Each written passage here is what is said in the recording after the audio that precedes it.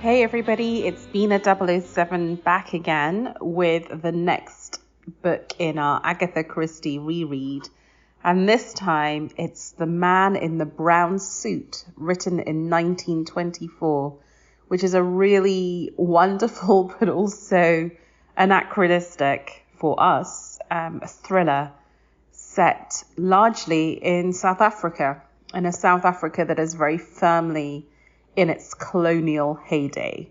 So there is going to be problematic stuff in there that reflects its time, but also stuff that's incredibly modern and progressive in its amazing heroine, Anne Beddingfield. And reading this book again, I am brought back immediately to reading it the first time maybe 25 years ago, and how vividly I still picture that heroine as a very feisty, adventurous, comical and brilliant young woman, and also how much I enjoyed the character, one of the larger than life characters of Sir Eustace Pedler. It really is a book that sticks with you in your imagination, and if you can go with it, I think still rewards a reading. I really thoroughly enjoyed rereading this, probably the most of any of the books I've read so far. So what is it all about? As the book opens, Anne Beddingfield very briskly describes being a very, young woman, early 20s. She was living with her father, who was an eminent archaeologist, so very learned, but not very practical. Her mother has died years ago. So Anne is very smart, very capable, very independent.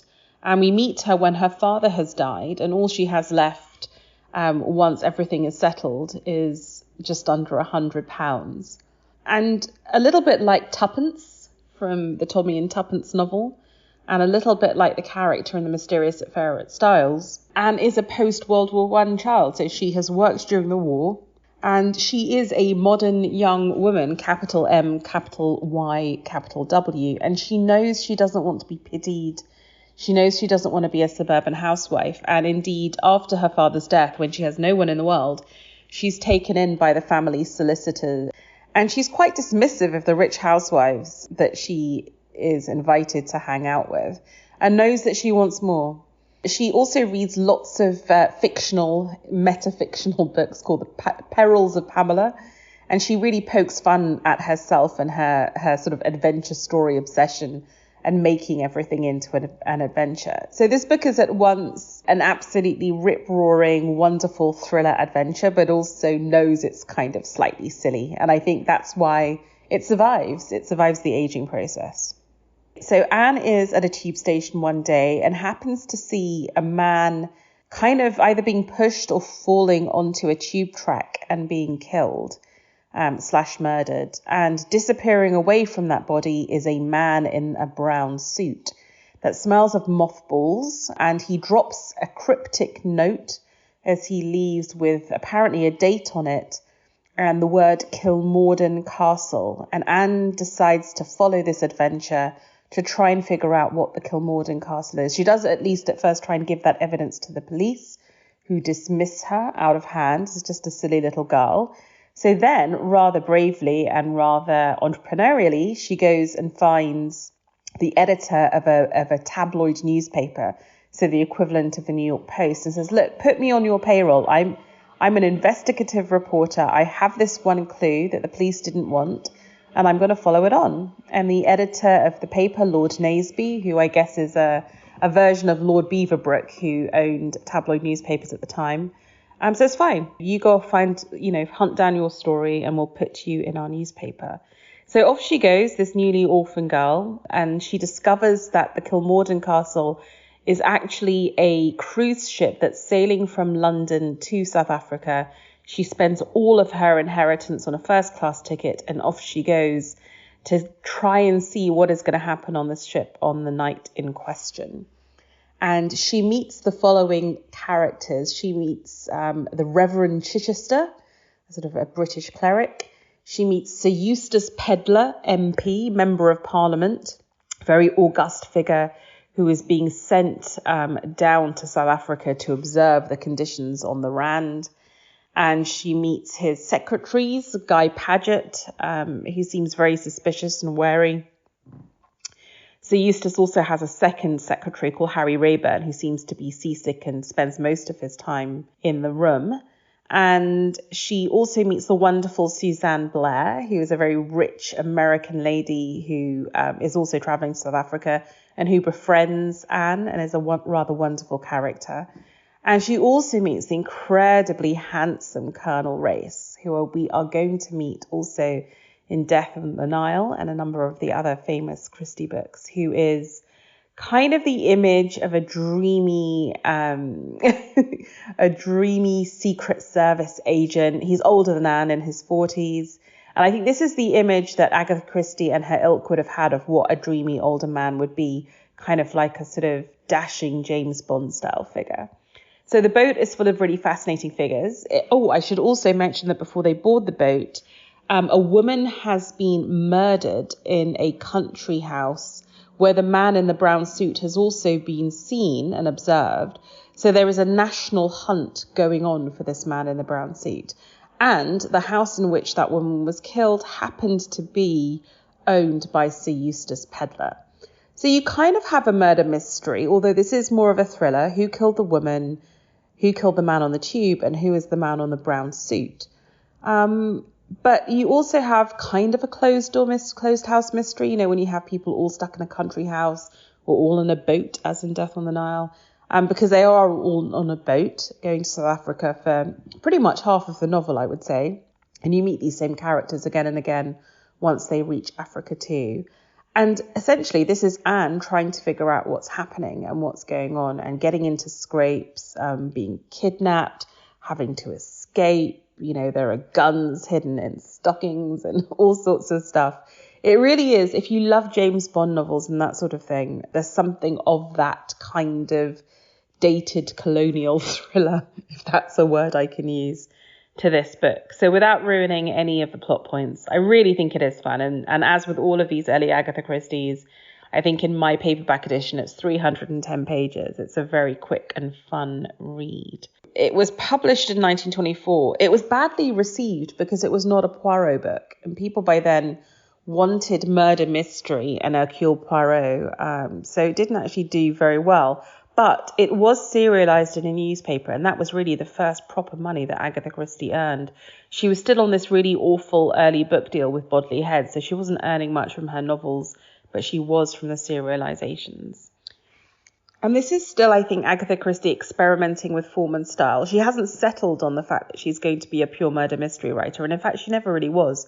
She always wrote the odd thriller, and she always wrote books that were sort of under a different name, that were more autobiographical and more like novels. And she is, I think there still is an element of P.G. Wodehouse in some of the comedy here. Technically, she's in dialogue with Wilkie Collins of Moonstone fame. She's experimenting with showing excerpts of diaries and with different narrators, something that she would use again in The Murder of Roger Ackroyd, very famously, and also the ABC Murders and other novels that she wrote. So it's all really fascinating, like how the book was put together. One of the things that is really fascinating about this book is that it gives a beautiful snapshot of what it would have been like to travel to Africa in this period, because it's based on real life. So at this point, remember, Agatha is married to her first husband, Archibald Christie, and he still hasn't quite found his footing in the world. So they still are quite hard up for money, and she is effectively still the breadwinner.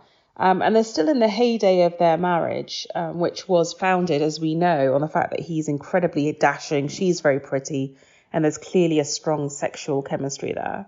Archie Christie was offered by his old teacher from Clifton College, a man called Major Belcher, which is such a great fictional name, but that's his real name, to travel around the world with him to promote the forthcoming, because this is when they were away in 1922, to promote the forthcoming 1924 British Empire exhibition. So it was essentially a free round the world trip.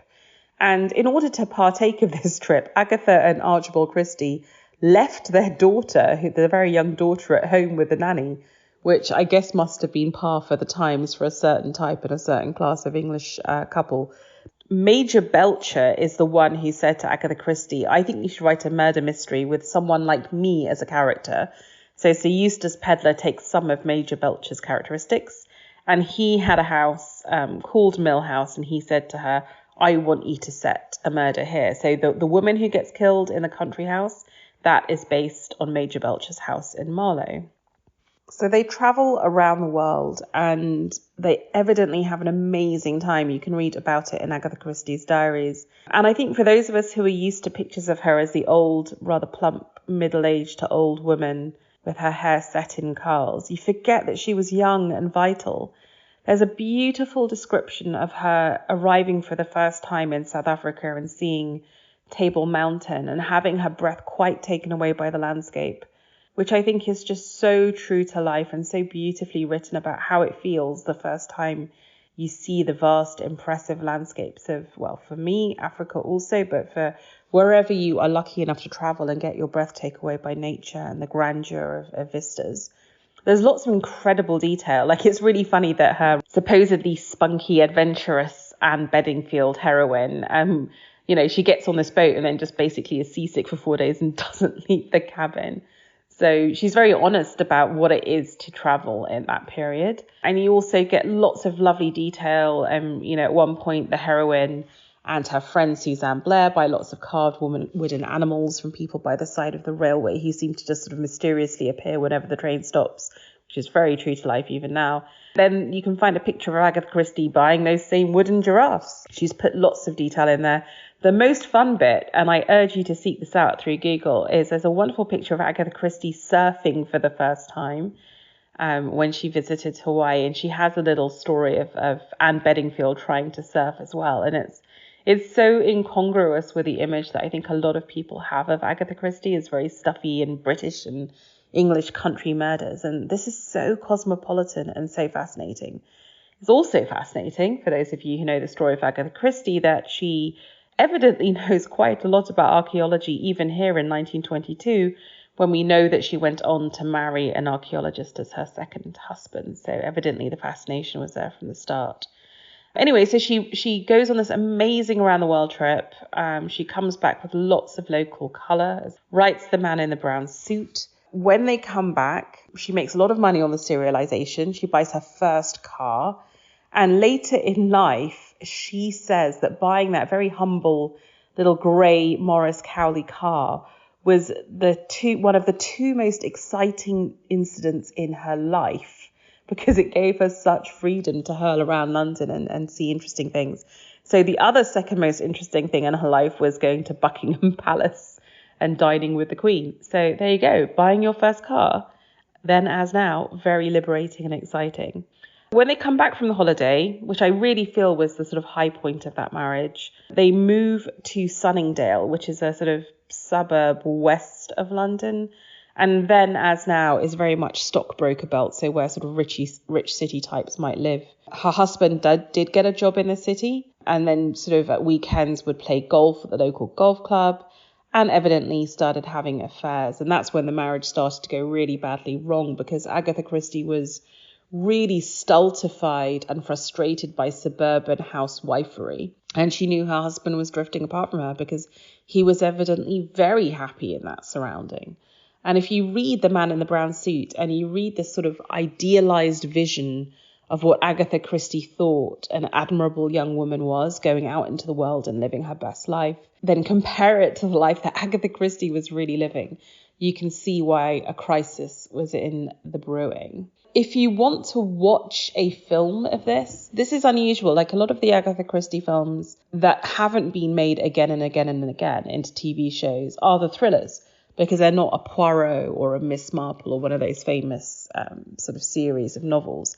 But there is a really fun 1980s version of The Man in the Brown Suit. And you can watch it in full in really crappy quality on YouTube. So I urge you to see if you can find it on something else. I remember this again very vividly from when I was a kid, seeing it on TV. Something about these characters really stuck with me. And it stars Simon Dutton, who used to play the Saint in a TV show, as the hero. It stars Stephanie Zimbalist, who was in Remington Steele with Pierce Brosnan, as the heroine, Anne Beddingfield, who is now a contemporary American woman. It's got Edward Woodward as Sir Eustace Pedler. And the best thing about this adaptation is it stars Blanche from the Golden Girls as Suzanne Blair as Anne's friend. And she's just playing, the actress is just playing Blanche from the Golden Girls. And it's just absolutely delightful. So yeah, I would thoroughly urge you to watch that if you can find it on a better version. And it's actually, bizarrely, despite becoming more modern, it's actually pretty faithful to the book. So it's definitely well worth seeking out. Some things to say about the book. I think I have been very straightforward in my praise of Anne Beddingfield. I think Eustace Pedler is one of the most fascinating characters in Christie, one of the most fun. So definitely worth reading for that. This is a book more about material clues than psychological clues. If you're following the murder mystery, which is neat and does have a very neat trick in it, it is fun to see Agatha Christie work with a heroine who's going to make deductions a bit like Sherlock Holmes. So, okay, the man in the brown suit has a coat that smells of mothballs, which means he hasn't worn it all winter, which means he's probably been traveling, and with his tan means he might have come back from one of the colonies. I think it's also a really fascinating book from a sociological perspective, because it really shows you what people thought was fashionable and attractive in 1922 when she wrote it. So Colonel Race, the Secret Service agent, who's really dashing and 19, and he's 40 years old, and he's the strong silent time, who's the big actor in the world, I think is very much like a character out of Rudyard Kipling. Or for those of you who love the film Out of Africa, the Sidney Pollack directed film, there's a character there called Dennis Finch Hatton, played by Robert Redford, evidently the love interest in real life of the author Isaac Dinesen. And I think Colonel Race is very much meant to be a Dennis Finch Hatton type character, like just incredibly good looking, a man's man. You know, this is a film and book and general enterprise that is very much of its time. So I'm not sure if it's necessarily toxic masculinity, but it definitely has a view of masculinity that you know, men are men and women. Actually, the women have a lot more latitude because Anne is definitely not conventional women. But there is stuff in here that is really reprehensible. And I think that most evidently it's for a book that's set a lot in Africa, there are no African characters that we're meant to take seriously. There are actually no Afrikaans characters that we're meant to that have any kind of dimension to them. This is very much a book about English and or American people being abroad, and it's all about them. There is also one particular word which I'm not sure how far contemporary readers realise how offensive it is, which is the word Kaffir, Kaffir. And for those of us with links to Africa, you know that that's a deeply offensive colonial term for Black Africans, used particularly in South Africa, but in general by white people who live there. And it derives, I think, linguistically from the Arabic word for infidel, so kufr. So it would have been the word maybe the Arab traders used for the African people that they found when they hit the continent. But it is really offensive, and it's as offensive for people in Africa and people who know that region as the N word would be for Americans. So reading that like multiple times in a book did bring me up short. I mean, I don't blame Agatha Christie. She's of her time, so I don't think she's any better or worse than anyone of that time.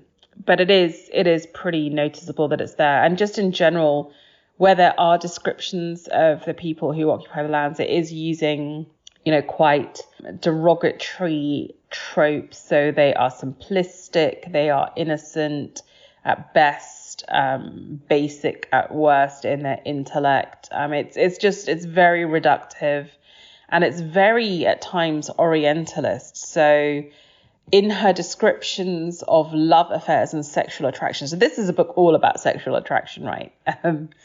Anne fancies the man in the brown suit, has a strong sexual attraction to him, and he has a strong sexual attraction to her. But she also has a strong sexual attraction to Colonel Race. And there is very much this idea that as modern and smart and independent as Anne is, she just needs a strong man to bend her, to master her even. In fact, I think at some point someone does use the phrase, he's mastered you. And she's kind of like strangely excited by this. There's also like a almost slightly S&M-y aspect to it, that she gets very excited when someone nearly strangles her. So it's quite a fascinating book in terms of trying to like parse out how much of this was Agatha Christie and her need for excitement, and how much of it were the attitudes of the time, that you can be modern to a certain point, but then you do want a strong man to tame you. And this, I think, comes to that book I mentioned before, and this concept of sort of modern conservatism. Like, it's a strange mashup. To that end, I want to just read a couple of excerpts of the book, which I find really, well, not reprehensible, but it's just fascinating seeing what attitudes were at the time. And this is just 100 years ago, right? So I want to read you some extracts of the book that I think are just indicative of its tone and the time in which it was set, which I find fascinating to read. You know, this is 100 years ago. This is when my grandparents first showed up in the continent of Africa. Not white people, but still, I think, would have seen themselves as apart from, quote unquote, the natives. So this is some of the attitude. This is Colonel Race speaking to Anne. Or Anne says, "If I were to give a name to this place, I should call it the country of giant children." And he says, "Perhaps you're nearer the mark than you know. Simple, primitive, big. That is Africa." So primitive. That word primitive is used again and again, both about the country and the people. But some of the weirdest stuff in the book is about sex relations. So this is Agatha Christie, and sex matters, sexual attraction matters. It's not all about just romantic, sort of demure holding of hands. So this is Anne's explanation of the relationship between man and women that she's giving to Colonel Race. He says, "So you don't class women as weak things?" "No, I don't think so, though they are, I suppose. That is, they are nowadays. Papa always said that in the beginning men and women roamed the world together, equal in strength like lions and tigers.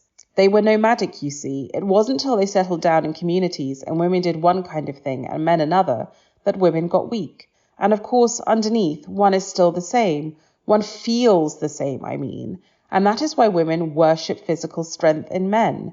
It's what they once had and have lost." So Colonel Race then goes on to say, "And you really think that's true, that women worship strength, I mean?" And she replies, "I think it's quite true, if one's honest. You think you admire moral qualities, but when you fall in love, you revert to the primitive, where the physical is all that counts. But I don't think that's the end. If you lived in primitive conditions, it would be all right. But you don't. And so I think it's quite true, if one's honest. You think you admire moral qualities, but when you fall in love, you revert to the primitive, where the physical is all that counts." So clearly, Agatha Christie knows that sexual attraction is what took her to Archibald Christie. And maybe, I wonder, when ruminating and writing these pages, she's wondering if that is what's going to sustain a marriage. And I guess that's in a way what was the problem with those days, that if you fancied someone, you didn't just shag them, you had to marry them. And it gets you into all sorts of trouble. But my goodness, it's very, very bizarre. This is what Anne later says to the man in the brown suit who she's hugely attracted to. "I shouldn't dream of marrying anyone unless I was madly in love with him. And of course, there is really nothing a woman enjoys so much as doing all the things she doesn't like for the sake of someone she does like. And the more self-willed she is, the more she likes it." I mean, that really sounds a bit Shakespeare Taming of the Shrew, doesn't it? It's so nuts. And this is where, and she goes on to say the following, "And that's why there are so many unhappy marriages. It's all the fault of the men. Either they give way to their women and then the women despise them, or else they are utterly selfish, insist on their own way and never say thank you. Successful husbands make their wives do just what they want and then make a frightful fuss of them for doing it. Women like to be mastered, but they hate not to have their sacrifices appreciated. On the other hand, men don't really appreciate women who are nice to them all the time. When I am married, I shall be a devil most of the time, but every now and then, when my husband least expects it, I shall show him what a perfect angel I can be." So there you go. Quite a bizarre view on marriage. So I think it's just fascinating because of where Agatha Christie was at this time of her life as a newly married woman. This incredibly feisty, entrepreneurial, smart woman who's being boxed into a suburban marriage and probably wants more from life than her husband is giving her. She's married him because of sexual attraction, because he is the tall, brooding, physically strong guy. But when they get back to England, she's the breadwinner, and she's probably thinking that she felt she wanted something more. I don't know. Despite the retrograde politics, this really is a super, super fun thriller, and I really hope you read it, because you do get a sense of what it must have been like to travel in those days. And if you want sort of contemporary resonance, this is a novel that's set at a time of deep political unrest in South Africa, where people are on strike and there's quasi-revolution and insurrection, if I can use that word in a contemporary meaning. I'm sitting in a country today where inflation is skyrocketing because of a war going on in my continent. And people are on strike, maybe not as violently as this, but I certainly remember violent strikes in my youth in the 1980s. So I should urge you to read The Man in the Brown Suit. It's kind of silly, but it's also kind of brilliant. And it's just got a very memorable heroine. And as I said, Sir Eustace Pedler, excellent fun. And because you get to read his diaries, it really is like if B.G. Wodehouse wrote a satirical work about an MP. And just remember what I told you in The Secret Adversary. Agatha Christie, which I think is rather marvellous of her time, to all intents and purposes, a woman very much of the establishment. Always be suspicious when she presents you with a member of Parliament or a member of the Church of England. She really does love to subvert our expectations in the most marvellous way. Anyway, as you can probably tell, I love rereading this book. This was just such an absolute laugh. I look forward to speaking to you soon. I hope you maybe are inspired to pick this book up. If not, have fun reading whatever it is that you are reading this weekend. And the next book that we will cover is The Secret of Chimneys, that was published in 1925. And it's the last of the books that I'll be discussing in this brief way on my own before we all get together and discuss the murder of Roger Ackroyd. So it's the last of these kind of apprentice books where Agatha Christie's playing with genre. Anyway, I really hope you enjoyed this, and I hope you tune in next time. Have a great weekend, everyone.